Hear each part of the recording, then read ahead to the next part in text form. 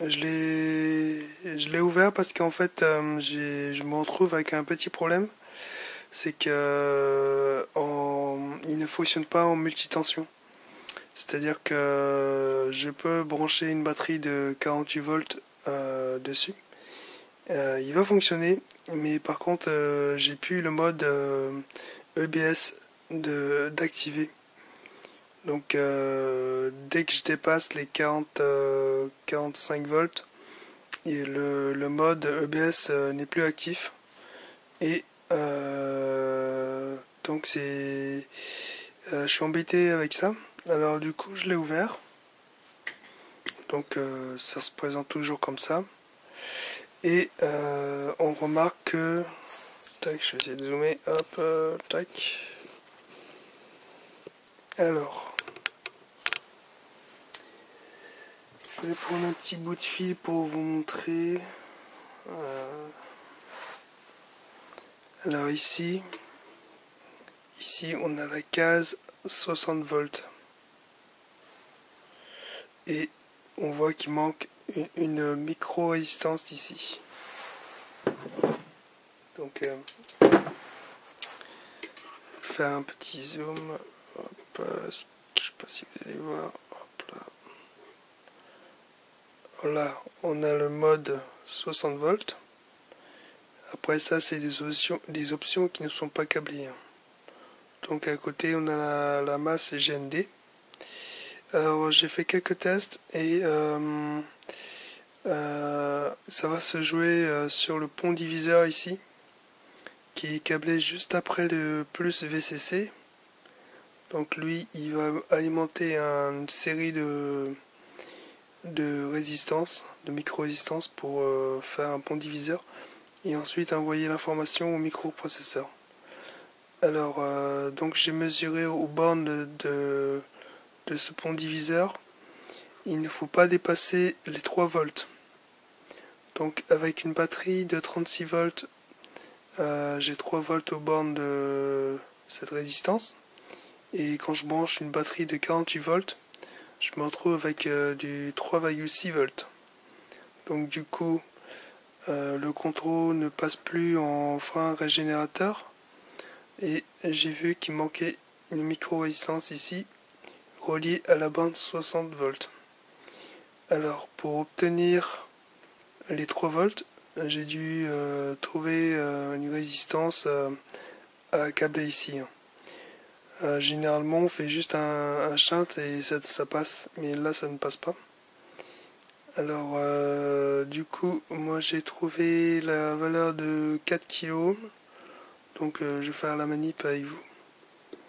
Il suffit tout simplement... Attends, je vais mettre une cale pour qu'on voit mieux. Voilà. Alors là j'ai ma petite résistance, un quart de watt. Donc il va falloir venir souder sur la borne 60 volts.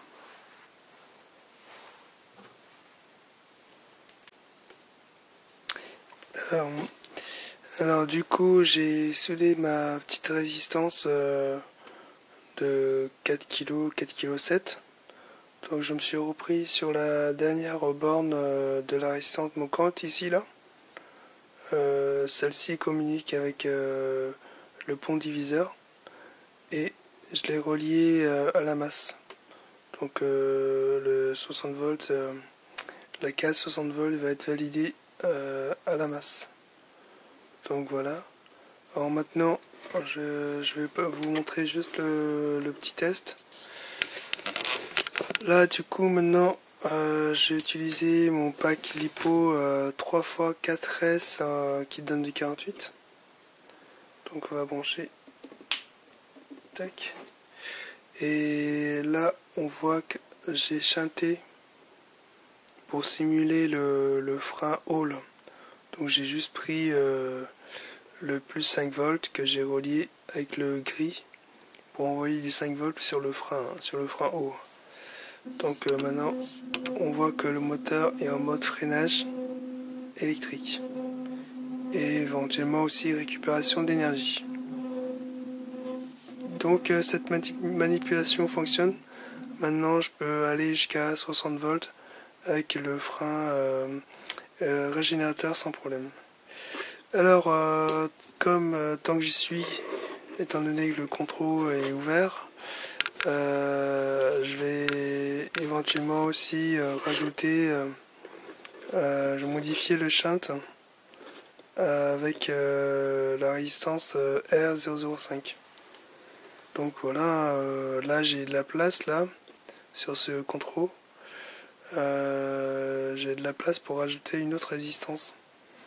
Alors j'ai récupéré une petite résistance, une R007. Donc je sais pas si on va la voir. Tac. Donc cette résistance, le R07, moi je l'ai récupéré sur une vieille carte d'overboard,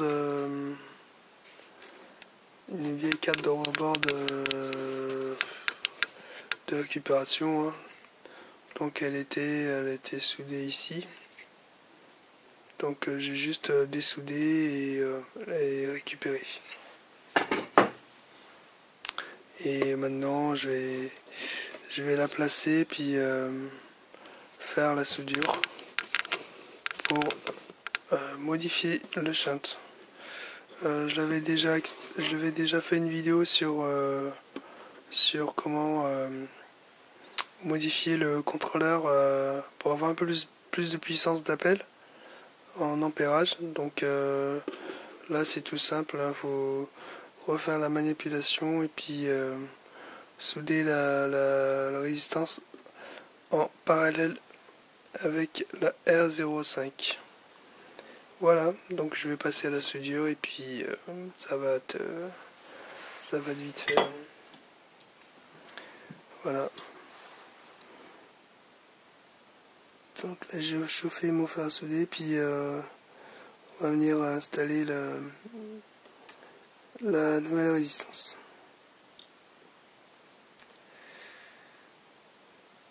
Tac.